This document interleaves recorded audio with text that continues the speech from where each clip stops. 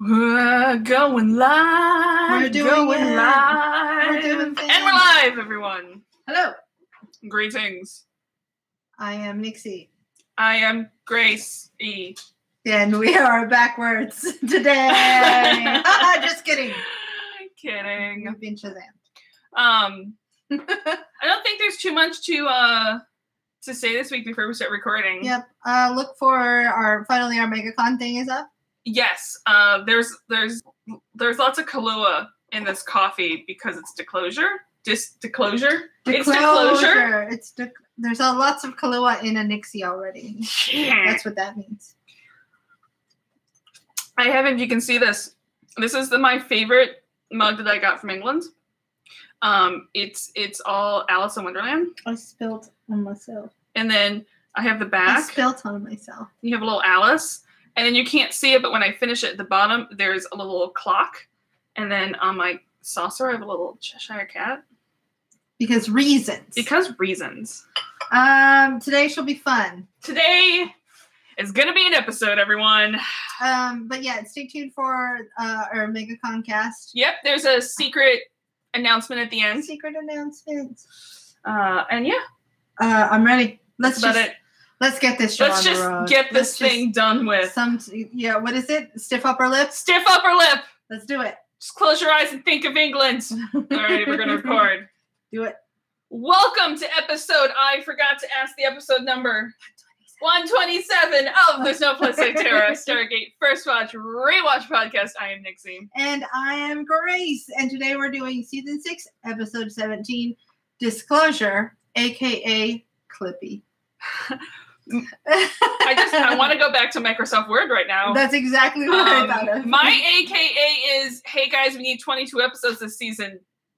But our budget. We only have 21 episodes. Well, how do we? Can we write another episode? I know it's a really long AKA. We used a lot of money in that room with Jack and Daniel. Yeah. Like we blew the whole budget. Yeah. So this is a clip episode. Yeah. I will say that there are 2 more clip episodes after this in Stargate. Okay. I will say one of them. Have we had one before? I feel like we've had like more. 2 before. Okay. But I will say one of the future clip episodes. Okay. They do so well. It's an amazing episode. Awesome. So that's fun. Is it like the episode of Full House where Michelle loses her memory and so they do a clip episode? I can't say anything about why it's awesome, but you guys know why that one clip episode. It's because clipisode. I just accidentally said that. I like it. Clipisode. AKA clipisode. Yeah, this one, I know we've had them in the past, and even though they were clip shows, there's a little bit of plot development. This one has no plot development. Like this is like you explaining Stargate to your friends who have never heard of Stargate before. Like I'm pretty sure that's where the script came from. Yeah. It's not gonna go on my top 10. No. We basically, like, nothing new happens at the end of this. No, we've just decided to share information with the rest of the world. Well, only with 3 other countries. Right, that's true. And to keep it secret, but share with them. Yeah. So, we're just, I don't get it. Like, nothing. Kinsey's still an asshole. It's still under command of the Air Force in Hammond.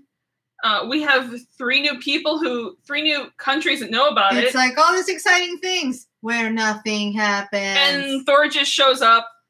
It's to drop the mic. Alrighty. Let's get it. This episode aired on January 22nd, 2003, written by Joe and Paul, the parts that are not previously written by other people. Yeah. Directed by William Garrity. The one guest star I want to point out, though, is Francois Chow. I know that one. Yeah. He's familiar to a lot of people as Dr. Chang from Lost, who's the scientist in all the Dharma orientation films. Dr. Lost, as I wrote. Dr. Lost.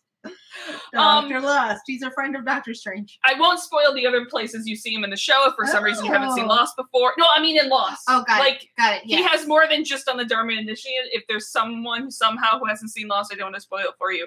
Mm-hmm. He's also currently playing Jules Pierre Mao on The Expanse. Oh. Which is a great sci-fi show, you guys. Amazon just picked it up, so we're going to get more of that, which is great. I'll check that out. But there is another film, Grace, that he has been in. I feel like I know this. You didn't necessarily see his face as much, but you know exactly who he is. Okay, and you know the film well. Got it. He plays Shredder in Ninja Turtles 2: The Secret of the Ooze. Holy. Look at his face. I can't. I was like, oh yeah, I'm trying to remember it. But my brain just went, go ninja, go ninja, go. Go ninja, go ninja, go. It's the best scene of that entire scene. That was the look of my brain locking up in a loop. Which Nixie knows. Ninja Turtles 2 is my favorite Ninja Turtles film. The Secret of the Ooze is pretty good. Secret of the Ooze is my favorite Ninja Turtles film, and if anyone disagrees, I will fight them. Yeah. I don't care what your favorite Ninja Turtles film is. It's just mine. Yeah. Done. Alrighty. I disagree that it's not your favorite. You disagree? Okay. Yeah. Done. It's my favorite. So we start with the most exciting location ever. A conference room full of people. I'm pretty sure, for those who have already seen Atlantis, I think this is the same conference table that they end up using in Atlantis, but that's not going to the world table. I'm not going to consider that a spoiler. Sure. Oh no, I've seen this conference table before. I think it's like the later one, not the first one, but the later one. Anyway.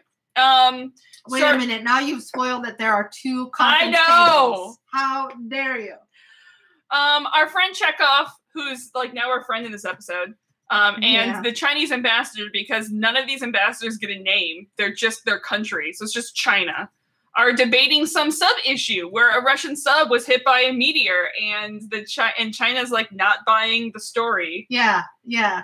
Blah, blah, and they find out that like this is when like, you know, we crashed a ship into the ocean and the sub was destroyed because of replicators. They're saying it was destroyed by a meteor and no one buys it because the sub was anyway. Just kidding. Like basically China's onto something. Yeah, China's onto something. Yeah. But they're smelling bullshit. The one thing that all the countries can agree on is that Americans are up to something because the stories... That was crazy. If it weren't for those meddling Americans... all the stories of falling meteors and exploding hot air balloons are not cutting it anymore. Here's what I'm gonna do for this episode. I'm gonna stay in the show. Okay. And not bleed into the real world. Yeah. Because it just gets dicey. And I don't want to talk about today's politics. I'm doing the same thing. I'm doing the same thing. So let's put that on the table. Doing cards on the table. Same thing. But all those meddling Americans. I will leave it at that.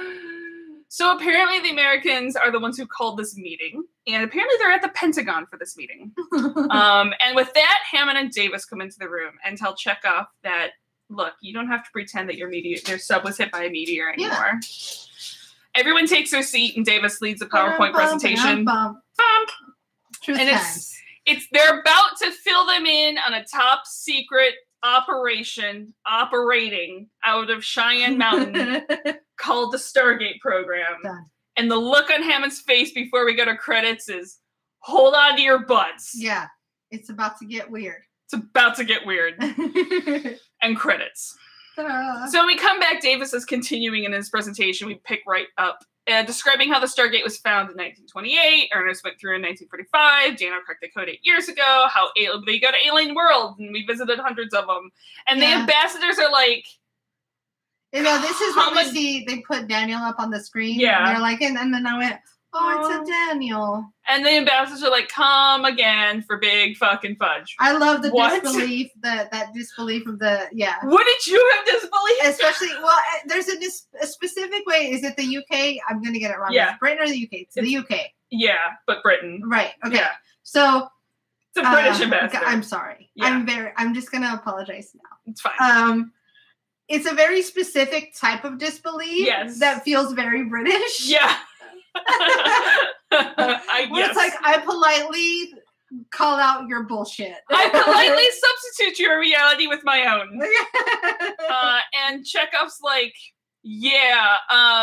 all this shit's true. I've been here. I've seen it. Just go along with it. Mm-hmm. And everyone's like, wait, what do you mean Russia has a Stargate? Yeah. And they're like, well, I mean, we did, we don't. And then we were learning, but Well, they're loading ours. So once upon a time, this thing happened, and then this other thing happened. Also, I think this is where they start just calling the SG-1 team SG-1. Yeah. Like that means anything. I know. To these ambassadors. It means nothing. It means nothing to the outside world. They don't know. You know what they are? They're that shitty friend who thinks they're cooler than everybody else and just starts using acronyms that nobody knows. It's like, nobody knows what the hell you're talking about. Stop acting like you're cool. They're like, yeah, SG-1 was on an Asgard ship. They had to beam down. You don't know any of these. You know what all mean. of those words are. Yeah. So just relax. And the ambassadors are like, what the fuck? Yeah. We cut to a scene from Nemesis. Lots of explosions. Yeah. So back in the conference, they're like, don't worry. The second Stargate was destroyed for plot reasons. Right. We're fine. We only have one again. We're leasing it from the Russians. Everything's good. And the Rostov, the sub, was exploded as cover for the gold ship. Also, alien ships is my new favorite excuse for anything. Like, for a while, it was I was dead at the time, which is a good one. But you have to say it like Daniel's grandfather did. Aliens. Yes. Yes, I will practice that. But for now, it's just going to be alien ship. Alien ship. And again, I love Britain how is like, so does everyone in your government know about this? And I believe, I can't remember if it's Hammond or Davis is like, moving on. Hey, what's that thing over there? Go, the move on button? Yeah. Got it. Look at that move on button over there. Oh, look, an alien ship took my excuse here. Yeah. And then at some point, before Britain says, does everyone know about it? Kinsey walks in and is like, oh, you haven't convinced them all this is true yet? You guys are slackers. Senator Grossface. Oh. Yeah.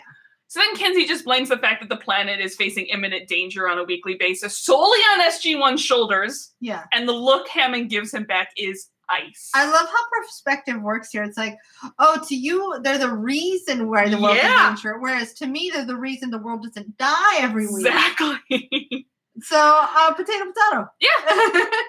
And if this episode has anything, it's the mirror part of this episode is just explaining to your friend who has no clue what Stargate is. Yeah, another good AKA for me was Gold 101.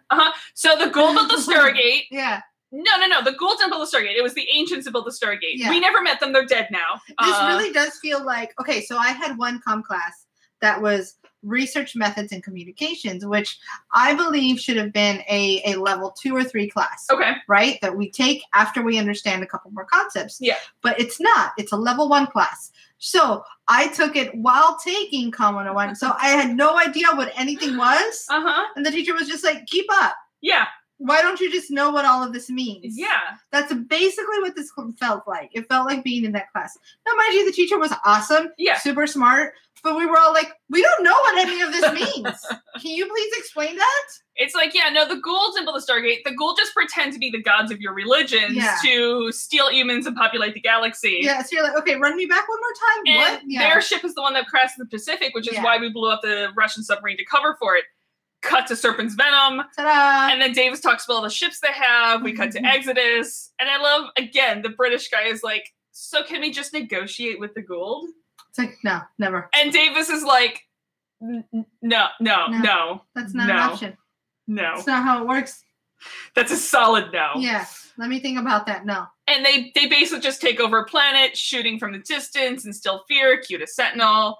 He's like, then they just destroy everything, cue to summit of tunnels collapsing. Yeah. France is like, so the U.S. has basically taken unilateral actions that have put the world in jeopardy. That's when you're like, what? Tomato. Yeah, again, huh? Kinsey, of course, agrees with that and wants the whole thing shut down immediately. Now, I wanted to point out one more thing, right? Yeah. So we've got the one thing that you don't notice until you're being retold facts. Yeah. All the gold ships have all these different gold names and then Death Gliders. Yeah, Death Gliders. I feel like that was like, it probably had a gold name. We were just like, well, it's like Zet Nicotel. Yeah. It's not Zet Nicotel, it's like, Zet. and Death Gliders. Because Death we Gliders. didn't bother to take down the name of this. Well, they glide and they cause death. Yeah. They glide death over people. Yes. And I think this is where we talk about orbital assaults. Yeah. Which is my new band name. Orbital assaults. Orbital assaults. And Hammond at this point also sounds like something we should give trigger warnings. Like, hey, Yeah. Because, like, it sounds like assaulting with your eyes. Yeah. Like, sorry, guys, no orbital assaults. I don't know. My brain went everywhere during this episode. It's because it needs to be distracted from this episode. It was like, look at the bouncing bunny. Hammond has had, like, fucking enough at this point. He's like, look, we've tried fucking negotiations. Like, we tried to save planets, and this planet is only saved when you shut down the program. Mm-hmm. The planet was attacked.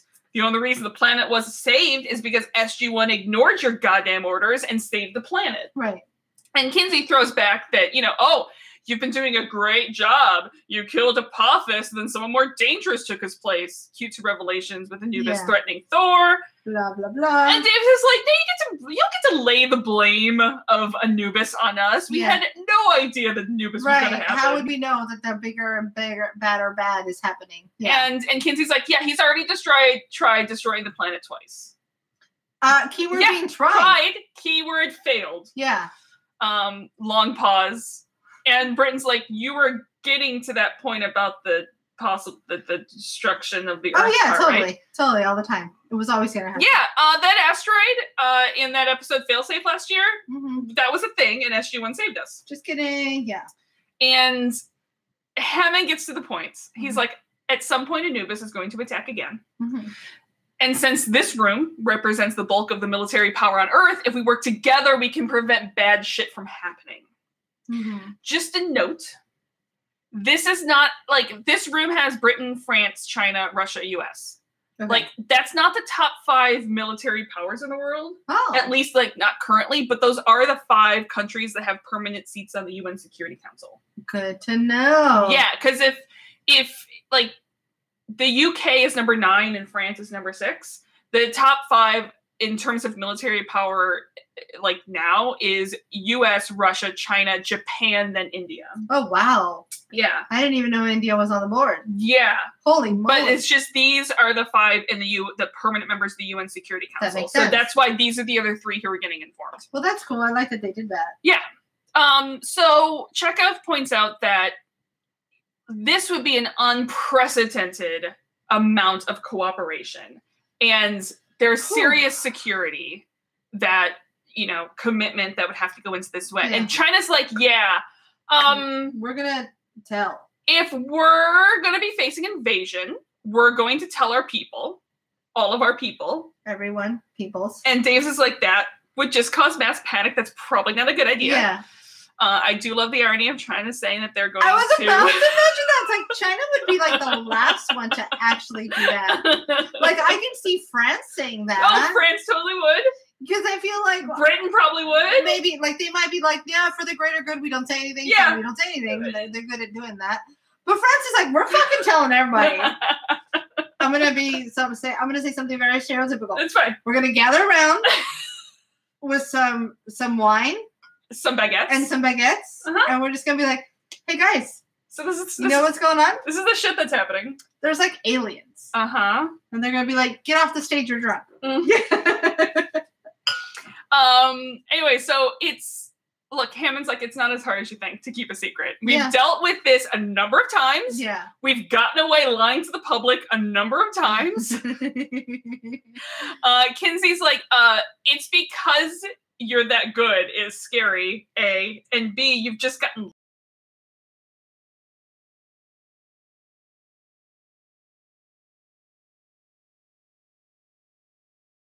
on our team. Which is true.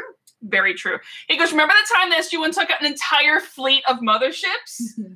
Remember that time Sam blew up a star? Remember the time she basically blew up a sun? She, like, literally... Yeah. It's a place that I can use literally in the correct sense. Yes. She blew up a fucking sun. Literally. Done. And Hannah points out that they've also, they have the Gould's greatest flaw working in their advantage. Right. They're arrogant as fuck. Yeah. Actually, I wrote that down. Gould arrogance is a D&D. I don't know if it's a feat. I don't know how it works because it's like it gives advantage to the player over the Gould. Yeah. So it's like you can use Gould arrogance to like your advantage. For an advantage. It's like my gnome cunning. Basically. Yeah, they just must. I think you get a plus to any saving throws. Yeah, or something specific. Yeah. Yeah. Or I should say, they get a negative to their saving throws. I think on any, probably like intelligence check. Or some sort of charisma check. Yeah. I can imagine it's that or perception. Anyway, that's the thing that's going to happen. Gold arrogance. Gold arrogance. Done. And because you're going to be the DM, you can do whatever the fuck you want. Guys, I am God. You are Hammond. Done. For Patreons, listen to the end of our MegaCon podcast for the spoilers on that. Okay, so I'm going to stop you here just to read you what the next of my notes read. Okay. And I wrote, clip show. Do these sound like stories of a cokehead or of a 3-year-old? Because that's basically what all of these stories sound like. And then there was a big ship, and then I blew up a sun. But then there was an alien, but no, that was the good alien. No, you're wrong, because there was a good alien and then there was a bad alien. But then also, one guy died. But then there was another guy. No, but he's an alien. But he's a good alien. Uh-huh. Yeah, no, that one's a good alien too. That's literally what happens. But also, so they have these guns, and if you shoot, you can only shoot one time to stun people, and then you can shoot 2 times to kill them. Yep. But only do that because otherwise they disappear. Yeah. But not all the time. But only sometimes. But sometimes. Have you ever played a game with a 3-year-old where they're making up the rules as they go? That's basically what's happening. Do you want to see Nixie get super frustrated at a 3-year-old? Yeah. That's how it works. It's like, no, now you're the bad guy. You should never put Nixie alone in a room with a 3-year-old. That should be a standing rule. But Britain's like, so all that's awesome. We have nothing to go up against the motherships. Great, we're defenseless. And Davis is like, funny you should mention that. So we've been working on collecting technology over the years. And a couple years ago, we made X301, had some issues, cut to tangents. Yeah. And we started making something totally. No, it's totally fine. It's totally fine because I don't plan on doing with it. Yeah. No, we've been doing it for like 6 years now. And it's totally fine. It works. You're just like, And China's like, you're literally the only ones taking advantage of this technology, like as if your military wasn't superior enough. Yeah, that's exactly what we're gonna do, but we're not gonna kill you with it. Hammond's like, don't worry, it's never our intention to use it against people on Earth. It's just for the bad guys in space. Yeah. Francis, like, anything more we should know about? So then how quickly we can get you in a mental institution. And Kinsey goes, well, you should tell them now because they're going to find out sooner or later. Oh, Jesus. Yeah, so we have this other thing called the X303. Cut to a clip from Prometheus.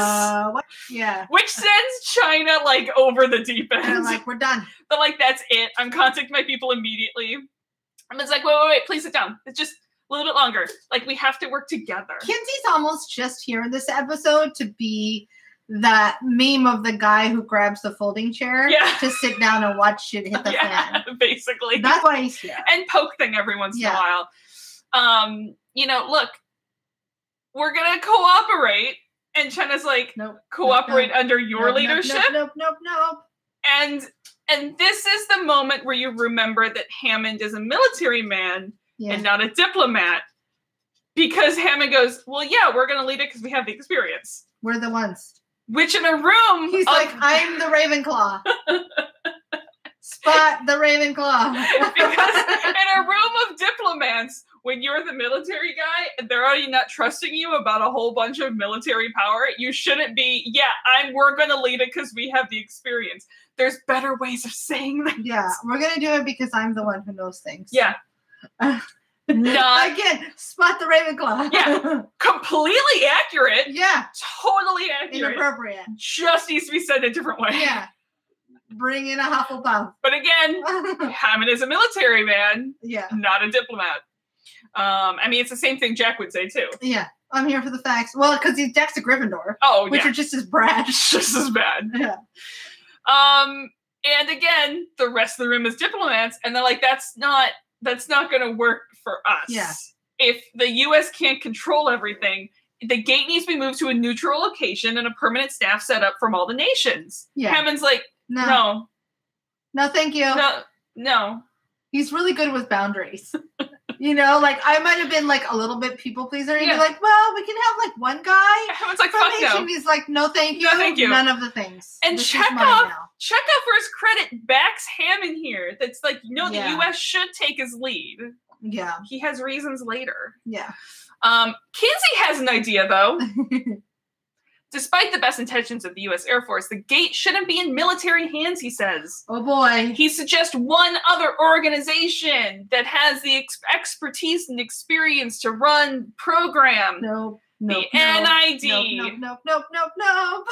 And Hammond turns to him and is like, this is my fuck you face. That's the Kinsey Compromise. It feels like something we study in school. When you study U.S. history. The Kinsey Compromise. Oh, tell me about the Kinsey Compromise of 2003. Yes, that's when the shit hit the fan for everybody. That is why we all now live underground. And Davis is like, didn't the NID just try to kill you, Kinsey? He's like, yeah, that was some rogues. It's fine. Doesn't matter. Forget about that. I still love them. Hammond's like, can I speak to you in private? Can I kill you in private? Yeah. China points out how sketchy it is that Hammond is so reluctant to relinquish control. And Hammond's like, no. You would prefer the U.S. Air Force over the NID running this. I guarantee you. Yeah. You can trust us. You can't trust them. Yeah. But also from their point of view, it's like, I don't trust any of them. I don't trust either of you. Yeah. And Kinsey tries to point out that, like, well, you just have a personal prejudice against the NID. And Hammond's like, it's not a prejudice if it's true. Yeah.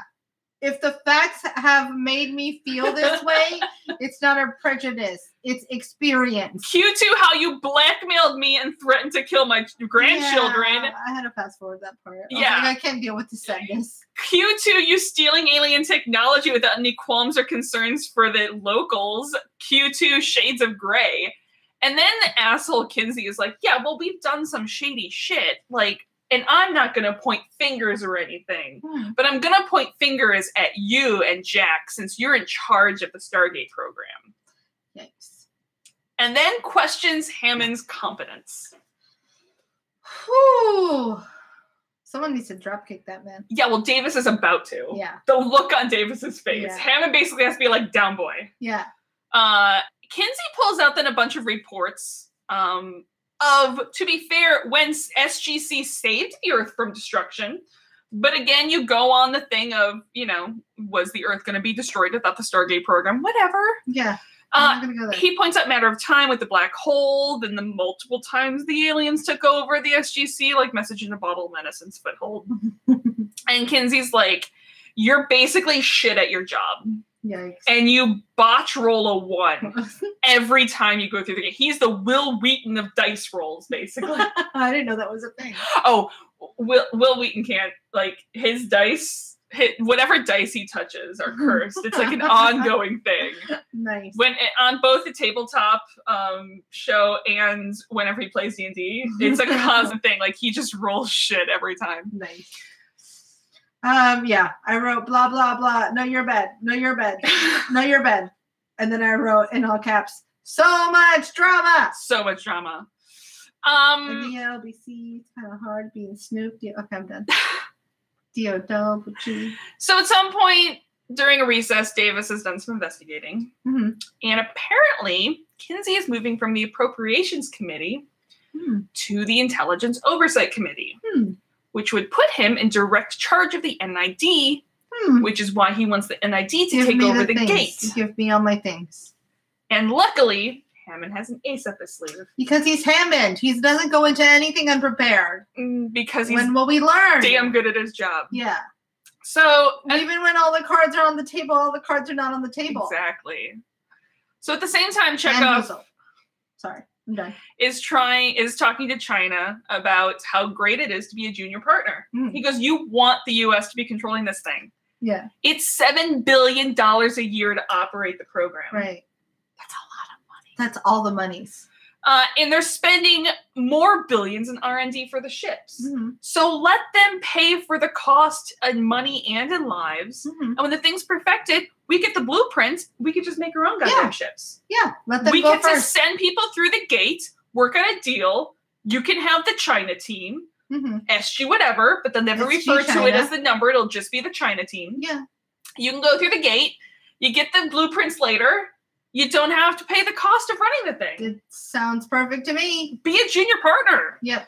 And when they assemble again, Hammond reminds them that whoever runs this Dark 8 program is the face of Earth and the representation of Earth out in the galaxy. And in 6 years, yeah, we've made some enemies, but we've also made really good friends. Dun, dun, dun. And we have acquitted ourselves with honor.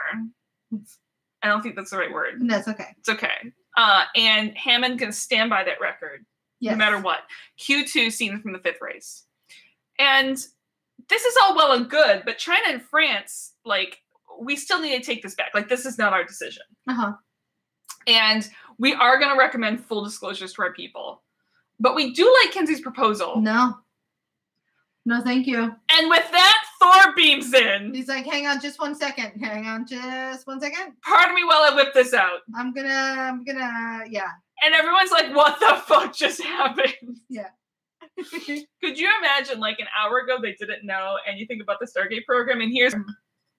So this is... He introduced himself and points out that, you know, the Asgard are in Hammond's debt. You know, they aren't just allies against the Goa'uld, they're true friends. Yeah, aw. And the best part... He's my friend. The best part of this entire episode, the part that if you're just going to watch this one, if I'm ever going to watch the episode, just fast forward to this part. Kenzie tries to say something, and Thor's like, fuck you. No, thank you. Shut up. Yeah. Jack suggested that I, like, you know...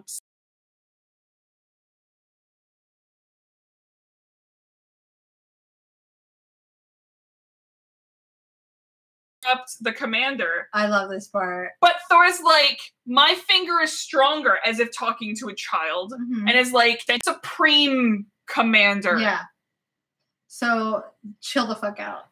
Just like zips. Yeah. Kenzie. Yep. He goes like he's almost force choking him. Oh yeah. With his little finger. Uh-huh. His little gray finger. His little gray finger. And he goes, the Asgard High Council recommends that the SGC stay in command, and it stays in the hands of Hammond. And look, our friendship with Earth is not contingent on that. But it's look preferred. Really good on you. Yeah. It's quote unquote contingent on it. Yeah. It's not contingent, but it's contingent. Yeah, basically. Yeah. Holy moly. You know, he was just in town. He just dropped by because he's installing Asgard weapons and shields to Prometheus. And it's a small thanks for SG-1's help in saving 2 galaxies from destruction. Not 1, but 2. Two galaxies in 1. And he's like, okay, so has my beaming in and having you shit your pants worked? Yeah. Is this good? Are we done here? Awesome. Is this my mic drop moment? Hammond, peace out. Drop the mic. And Hammond's like, no, drop it anytime because we're buddies. Gotta go. I have him on speed dial. Yeah. After my grandchildren. And with that, Britain's like, yes, nope, you have my support. Full support. Yeah. Pardon me while I switch my pants. France is like, and you have my sword. And Chekhov's like, and my axe. Yep, that's pretty much where we're at. And even China's like, well, we have reservations, but I will join you on this fellowship. It's like, I don't like you, but this may be our only way through. And we end with just Kenzie's like, well played.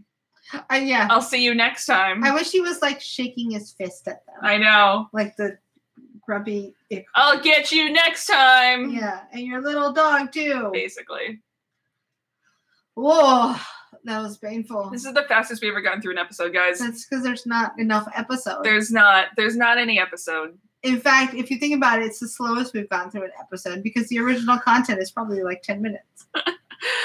So maybe more, but yeah, it feels like.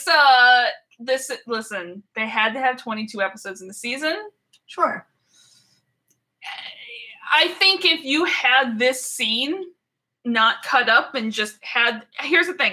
Here's what I think. If they needed a bottle episode, look, I'm not going to fault them for making this episode. They had to make it. They needed to save budget for other stuff because there's other things in the season. They have bigger stuff. And it's one of the nice things about quote unquote prestige television these days where you're like, if we're not going to have 22 episodes, we're not going to have 22 episodes. We're going to use our budget and just make the episodes that we need to make. Yeah.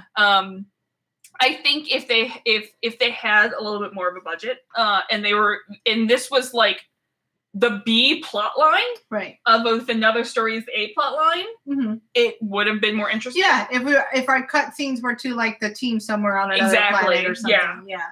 No, I get that. It's fine. It's done. It's a thing. We're done. And it's over. It's over. We're committed to covering every episode of Stargate. And we did. And we have. What's next? Next up, you know what? I just blanked on what episode is next. Just kidding. Give me 1 second. Amuse the people. I will find it. I looked it up. Like, I know it happens in the episode. I just can't remember the name of it. I guess I would just hope that this ties into something. It's Forsaken. Why have you forsaken me? Okay. Yeah, it's Forsaken. Let's call it. Yeah, this is not going on any list. This is, surprisingly enough, does not go on our top not fives. on any list ever. We'll see you guys next week with Forsaken. Yes. Until then, we're on Twitter at Terra Podcast. We're on Facebook at TheresNoPlaceLikeTerra. You can email us at TheresNoPlaceLikeTerra@gmail.com. Find us on Patreon at patreon.com/TheresNoPlaceLikeTerra. And for our patrons, look for the MegaCon wrap-up cast, which has a special Patreon-only future feature at the end of it. Dun, dun, dun, dun. Find us on Apple Podcasts, on SoundCloud, on all the things. We love you guys. Bye. Bye. And we're going to stop this. That one goes for Bye, people who are watching us on stream.